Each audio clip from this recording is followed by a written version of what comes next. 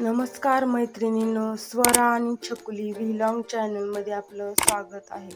तर आपण आज बनवणार आहोत गव्हाच्या सांडग्याची भाजी.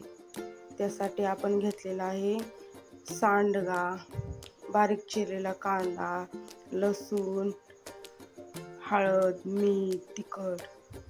गॅस चालू करून कढई गरम करायला ठेवूया.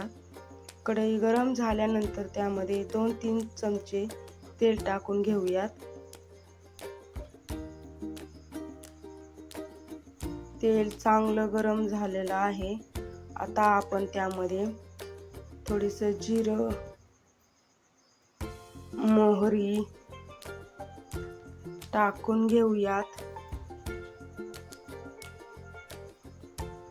बारीक कापलेला लसूण, कांदा,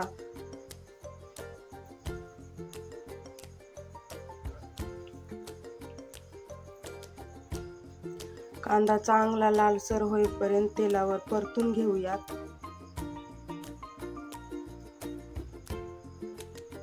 हे बघा, कांद्याला किती छान असा मस्त लालसर कलर आलेला आहे.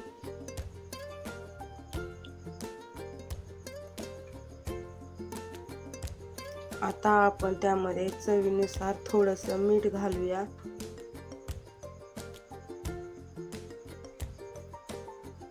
मिक्स करून घेऊ सगळं.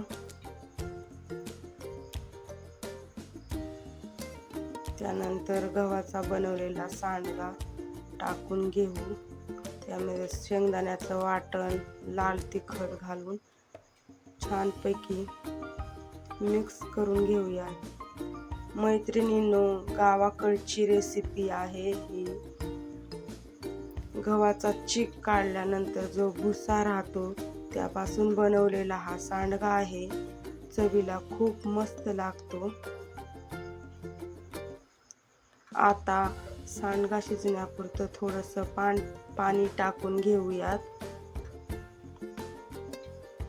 जास्त पाणी टाकू नका, नाहीतरी सांडगा तुमचा सगळा पाण्यामध्ये विरघळून जाईल. त्याला शिजण्यापुरतं थोडंसंच पाणी टाकून घ्या.